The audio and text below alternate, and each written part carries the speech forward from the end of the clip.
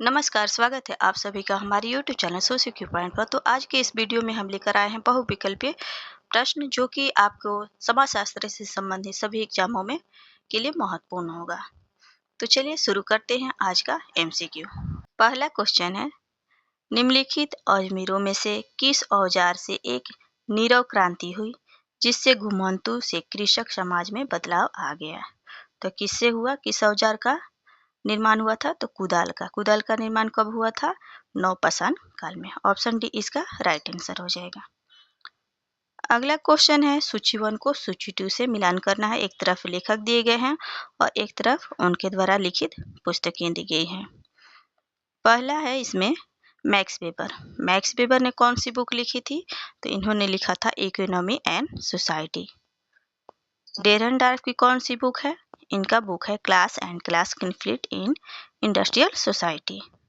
Durkheim की book division of labour. और बेवलन की बुक कौन सी है? The ledger class. तो इस तरह इसका राइट आंसर जो है वो हो जाएगा ऑप्शन डी। अगला क्वेश्चन है, निम्नलिखित में से किसने धार्मिक संगठनों को पंथ और समुदाय में विभाजित किया? तो किसने किया था? तो अर्नस्ट टॉलस्टॉय ने। ऑप्शन बी इसका राइट आंसर हो जाएगा। अगला क्वेश्चन है, कुलीन का अर्थ क्या है? कुलीन का अर्थ क्या होता है? तो ये होता है दास का स्वामी। जो दास है उसके स्वामी को कुलीन कहते हैं और दास को क्या कहते हैं? कमीन कहते हैं। ऑप्शन डी इसका राइट आंसर हो जाएगा। अगला है, सार्वत्रिकीकरण और स्थानीयकरण की अवधारणा निम्नलिखित में से किससे जुड़ी है? तो किससे जुड़ी है? मैकिम मेरिट से। ऑप्शन बी इसका राइट आंसर हो जाएगा। क्वेश्चन नंबर 6 है, मालिक, किसान और मजदूर में कृषक आबादी का त्रिपक्षीय विभाजन निम्नलिखित में से किसने सुझाया? तो ये सुझाते हैं डेनियल थॉर्नर। ऑप्शन ए इसका राइट आंसर हो जाएगा। अगला क्वेश्चन है, निम्नलिखित में से किस जनजाति ने ताना भगत आंदोलन चलाया था? तो किसने चलाया था? उरांव जनजाति ने। ऑप्शन सी इसका राइट आंसर हो जाएगा। क्वेश्चन नंबर 8 में है, इसमें सूची 1 को सूची 2 से मिलान करना है। एक तरफ सेनागार लिखा है और एक तरफ जनजाति।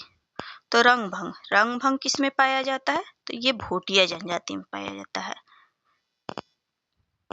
घोटुल ये पाया जाता है मोरिया जनजाति में। यो किस में पाया जाता है? तो आओ नागा में पाया जाता है। गिटी ओरा ये मुंडा जनजाति में पाया जाता है।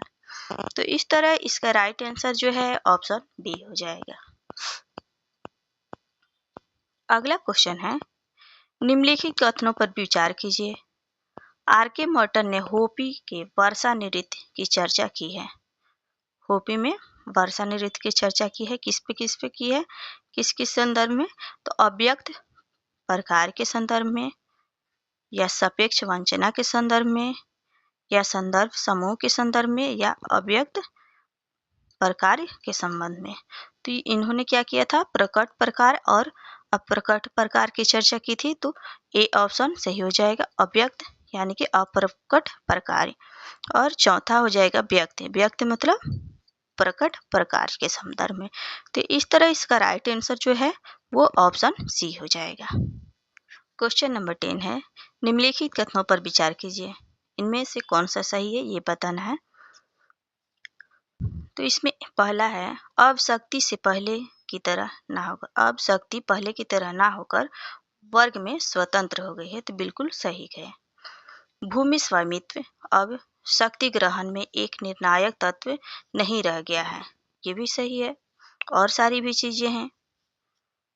और अगला है, जाति व्यवस्था में गतिशीलता सदैव ही एक अत्यंत मंद तथा क्रमिक प्रक्रिया रही है। तो ये बिल्कुल गलत है।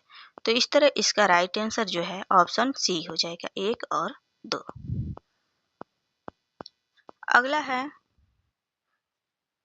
अगला क्वेश्चन, संत्रातिकी युग में लोगों के अल्फा और बीटा श्रेणियों में डाला गया है।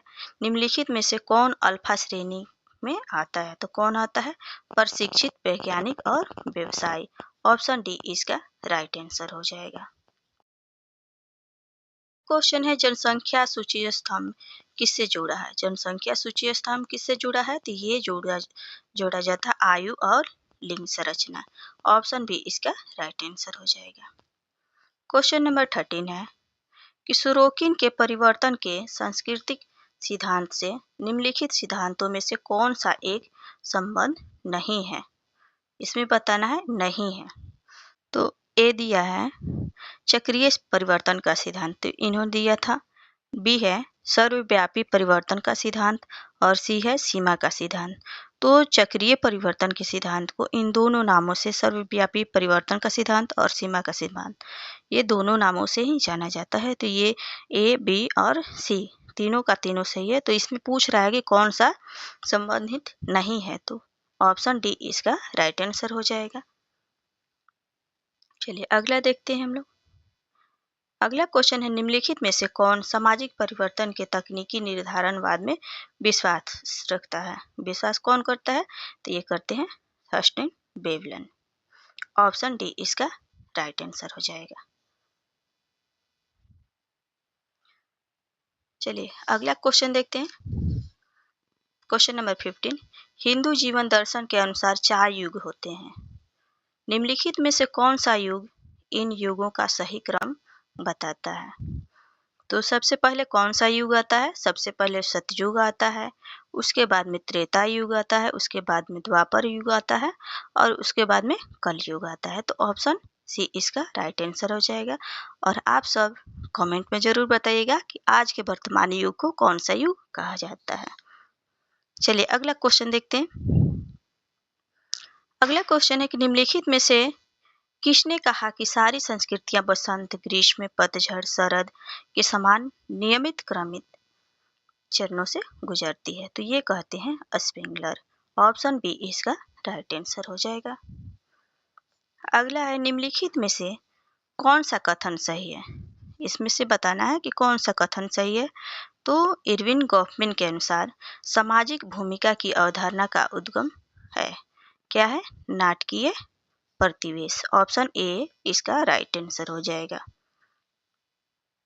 क्वेश्चन नंबर 18, निम्नलिखित में से किस प्रक्रिया के अंतर्गत एक संस्कृति स्वयं को प्रबल संस्कृति में विलय कर देता है? तो किस प्रक्रिया के अंतर्गत? तो आत्मसातकरण। ऑप्शन सी इसका राइट आंसर हो जाएगा। क्वेश्चन नंबर 19, प्रकारवादियों के अनुसार सामाजिक एकीकरण के लिए कौन सा सबसे महत्वपूर्ण तथा मूल घटक है? तो कौन सा सबसे मूल घटक है या महत्वपूर्ण है? संरचनात्मक अंतर निर्भरता। ऑप्शन सी इसका राइट आंसर हो जाएगा। क्वेश्चन नंबर 20, सामाजिक प्रतिमान क्या है? सामाजिक प्रतिमान क्या है? इसमें ए दिया गया है नियम, वह नियम जिसका समाज में पालन होना अपेक्षित होता है। बी है वह कानून जिसकी अवहेलना प्रायः दंडनीय होता है।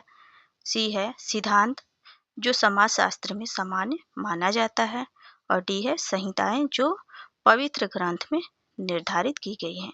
तो यहाँ पे पूछ रहा है सामाजिक प्रतिमान। सामाजिक प्रतिमान क्या होते हैं? तो ये होता है नियम जिसका समाज में पालन होना अपेक्षित है। ऑप्शन ए इसका राइट आंसर हो जाएगा। अगला है निम्नलिखित में से किस सामाजिक समूह में विवाह के रूप में प्रतिदर्शक पति प्रथा का पालन होता है? तो पतिदर्शक प्रथा ये किस में पाया जाता है? तो ये नायर जनजाति में पाया जाता है। नायर जनजाति कहाँ की है? केरल की है। केरल की नायर जनजाति जो कि एक मातृसत्तात्मक जनजाति है, जिसमें क्या पाया जाता है? तारावाड़ पाया जाता है। तो तारावाड़ के बारे में आप लोग जानते ही होंगे। क्वेश्चन नंबर 22, वह कौन सी शब्दावली प्रणाली है जिसमें हर शब्द से केवल एक प्रकार के संबंधी का भाव होता है? तो ये वर्णात्मक होता है। वर्णात्मक होता है, जैसे कि चाचा, मामा, नाना, सबको एक एक नामों से ही जाना जाता है। ऑप्शन डी इसका राइट आंसर हो जाएगा। चलिए अगला कुछ क्वेश्चन है जो कि कथन एवं कारण पर आधारित है। चलिए अगला क्वेश्चन है कथन है, समाज में महिलाओं की परिस्थिति केवल कानून के तहत समानता मात्र से तय नहीं होती। कारण यह है कि दैनिक सामाजिक अंतःक्रिया में परंपराएं एवं प्रथाएं शामिल होती हैं। तो ये दोनों ही कथन सही है और दोनों क्या है, एक दूसरे की व्याख्या कर रहा है, यानी कि ए और आर दोनों सही है और आर ए की सही व्याख्या करता है। तो ऑप्शन ए इसका राइट आंसर हो जाएगा। चलिए अगला क्वेश्चन देखते हैं। 24 कथन है, नगरीकरण की शक्तियां परिवार को विसंगठित करती हैं। कारण यह है कि नगरीय मूल्यों तथा अस्थायी संबंधों में बैर होता है। तो ये भी एक दूसरे की व्याख्या कर रहा है। तो ऑप्शन ए इसका राइट आंसर हो जाएगा। ए और आर दोनों सही है और आर ए की सही स्पष्टीकरण है। क्वेश्चन नंबर 25 कथन है, मामा भांजी और सास दामाद के बीच व्यवहार एक ही विन्यास में आता है। कारण कि दोनों प्रकार के व्यवहार हास्य विनोदजनक संबंधों की श्रेणी में आते हैं। तो कथन एवं कारण दोनों सही है और आर ए की सही स्पष्टीकरण भी है। चलिए अगला क्वेश्चन देखते हैं। क्वेश्चन नंबर 26 कथन है, अपने जन्म के परिवार से प्रदत्त सामाजिक परिस्थिति स्वतः ही जीवन पर्यंत नहीं चलती। कारण है इस प्रजनन के परिवार की स्थापना के समय जन्म के परिवार में मिला सामाजिक प्रशिक्षण परिस्थिति की निरंतरता को प्रोत्साहित करती है। तो क्या हो जाएगा, ऑप्शन ए इसका राइट आंसर हो जाएगा। ए और आर दोनों सही है और आर ए की सही व्याख्या कर रहा है। चलिए अगला देखते हैं। अगला क्वेश्चन है, कथन है कि अपनी बहन तथा उसकी पुत्रियों की रक्षा करने की सीमा तक मातृवंश परंपरा वाले परिवार में मामा की भूमिका निर्णायक होती है। तो ये सही है। कारण यह है कि वह अपनी बहन की संपत्ति एवं संपदा का अभिरक्षक नहीं होता है। तो ये गलत है। तो यानी कि ये सही है परंतु आर गलत है। क्वेश्चन नंबर 28 कथन है, तप जनित प्रोटेस्टेंटिज्म में अपने विनाश के बीज निहित थे। कारण है कि जैसे जैसे तर्क आधारित पूंजीवादी व्यवस्था में इसके उपदेश मिलते गए, वैसे वैसे धार्मिक उन्मिकता और वैधता जल्दी जल्दी क्षय होती गई। तो इसमें क्या है कि दोनों ही सही है। ए और आर दोनों सही है और आर ए की सही व्याख्या है। अगला क्वेश्चन है, कथन है इसमें कि प्रजातंत्र में राजनीतिक संस्तरण का सबसे मुख्य संकेत सहभागिता है। कारण यह है कि सहभागिता के अवसरों पर पहुंच तथा इन अवसरों का वास्तविक उपयोग समाज में संस्तरण का आधार नहीं होता है। तो ए और आर दोनों सही है और आर ए की सही व्याख्या है। अगला है, कथन दिया हुआ है कि सोरोकिन के अनुसार बाह्य घटकों से सहायता प्राप्त कर परिवर्तन समाज के भीतर ही होता है। कारण परिवर्तन एक अपव्यक्त प्रक्रिया है। तो ये अपव्यक्त प्रक्रिया नहीं है। तो ए सही है परंतु आर जो है गलत है। अगला क्वेश्चन है 31 समाज के निम्नलिखित प्रकारों पर विचार कीजिए। कौन कौन सा क्रम बताना है इसमें, कौन सा पहले आया कौन सा बाद में आया। तो है एशियाई समाज, आदिम समाज, सामंतवादी समाज, प्राचीन समाज। कार्ल मार्क्स के अनुसार इन समाजों का सही कालक्रम निम्नलिखित में से कौन सा एक है, ऑप्शन में से बताना है। तो कार्ल मार्क्स के अनुसार सबसे पहले कौन सा समाज आता है, आदिम समाज आता है। उसके बाद में एशियाई समाज आता है, उसके बाद में प्राचीन समाज, उसके बाद में सामंतवादी समाज आता है। तो इस तरह इसका राइट आंसर जो है वो हो जाएगा डी। लेकिन देखिए इसमें 2 1 उसके बाद में 4 आएगा, उसके बाद में 3 आएगा। चलिए ठीक है, तो इसमें कोई भी ऑप्शन सही नहीं है। चलिए अगला क्वेश्चन देखते हैं कि मॉर्गन के अनुसार मानव समाज के विकास में सभ्यता को कौन से तथ्य पहले आने वाले चरणों से भिन्न कर देते हैं। तो कौन सा तथ्य आने वाले चरणों से भिन्न कर देते हैं? तो तो मॉर्गन ने अपनी पुस्तक एशियन सोसाइटी में समाज के उद्विकास के चरणों का उल्लेख किया है, जिसमें उन्होंने जंगली या असभ्य समाज की बात की है, बर्बर समाज की बात की है और सभ्य समाज की बात की है, जिसमें वर्णमाला, स्वर विज्ञान और लेखन के आविष्कारों को सभ्य समाज की शुरुआत का आधार माना है। तो इसलिए इसका राइट आंसर जो है ऑप्शन डी हो जाएगा। ऑप्शन डी इसका राइट आंसर हो जाएगा। चलिए अगला क्वेश्चन देखते हैं। क्वेश्चन नंबर 33, सामाजिक परिवर्तन के निम्नलिखित में से किस विन्यास से भारत में संस्कृतिकरण की प्रक्रिया की तुलना की जा सकती है? तो किससे की जा सकती है? तो ये की जा सकती है संदर्भ समूह से। संस्कृतिकरण की अवधारणा किसने दी थी? तो एम.एन. श्रीनिवास ने दी थी। चलिए अगला क्वेश्चन देखते हैं। निम्नलिखित में से किसने हिंदुओं में प्रदूषण की प्रक्रिया की व्याख्या करने हेतु ऐकिक कूटात्मक तत्व अवधारणा का प्रयोग किया? तो ये करते हैं मैकिमेरिट और इंदेन। ऑप्शन बी इसका राइट आंसर हो जाएगा। अगला क्वेश्चन है, निम्नलिखित में से कौन सा जाति का मानक नहीं है? इसमें बताना है जाति का मानक कौन कौन सा नहीं है। तो वंशानुगत व्यवसाय, जाति में वंशानुगत व्यवसाय तो होता ही है, अंतर्विवाह भी होता है और पदक्रम भी होता है। जाति में क्या नहीं होता है? बहिर्विवाह नहीं होते, यानी कि जाति में अपनी जाति से दूसरी जाति में विवाह नहीं होता है। तो इसलिए इसका राइट आंसर जो है ऑप्शन सी हो जाएगा। अगला क्वेश्चन है, कार्ल मार्क्स के अनुसार पूंजीपति वर्ग के लाभ कहाँ से आते हैं?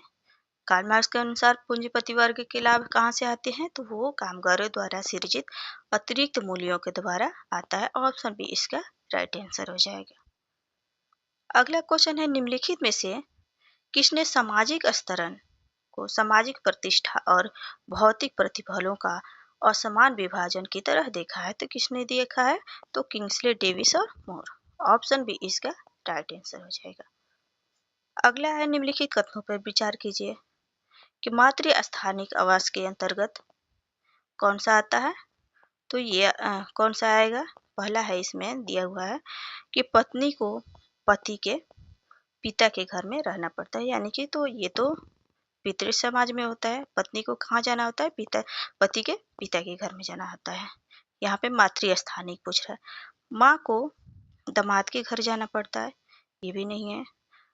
पति को पत्नी की माँ के घर रहना पड़ता है, तो ये बिल्कुल सही है। पिता को पुत्र वधू के घर रहना पड़ता है, तो ये भी गलत है। और ये क्वेश्चन जो है पिछली स्टेट की एग्जाम हुआ था, उसमें हूबहू ऐसे ही आया था। तो ऑप्शन सी इसका राइट आंसर हो जाएगा। चलिए अगला क्वेश्चन देख लेते हैं। इसमें निम्नलिखित में से किस समुदाय में मातृ वंश परंपरा मानने वाले नातेदारों के समूह का उदाहरण है? तो कौन सा मातृ वंश परंपरा के मानने वाले नातेदार हैं? तो वो है असम की खासी जनजाति। ऑप्शन सी इसका राइट आंसर हो जाएगा। जहाँ पे क्या होता है, माँ से छोटी बेटी को उत्तराधिकार प्राप्त होता है। क्वेश्चन नंबर 40, संबंधियों का निर्दिष्ट श्रेणियों के बीच अंतःक्रिया को प्रतिबंधित करने वाले औपचारिक नियमों से परिचालित संबंधों को क्या कहा जाता है? तो ये परिहार्य संबंध कहा जाता है। परिहार संबंध, ऑप्शन ए इसका राइट आंसर हो जाएगा। अगला है, समाजशास्त्र के विज्ञान को सामाजिक स्थितिकी एवं सामाजिक गतिकी के दो मुख्य भागों में किसने विभाजित किया है? तो सामाजिक स्थितिकी और सामाजिक गतिकी की बात कौन करते हैं? ऑगस्ट कॉम्ट करते हैं। ऑप्शन डी इसका राइट आंसर हो जाएगा।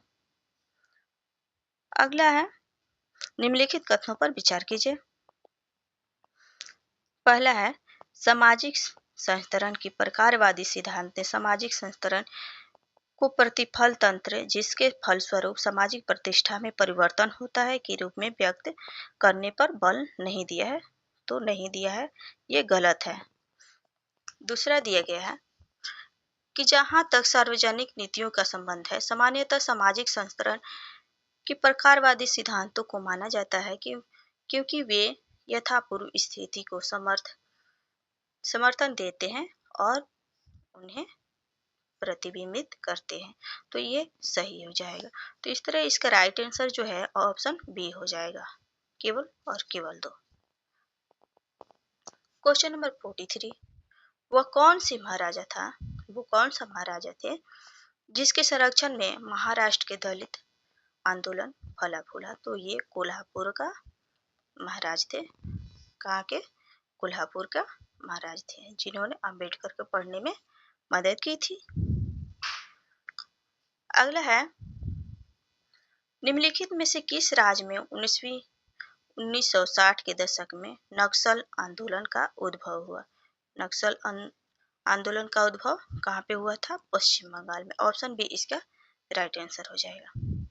अगला है, निम्नलिखित में से कौन सा सामाजिक आंदोलन का अनिवार्य लक्षण नहीं है?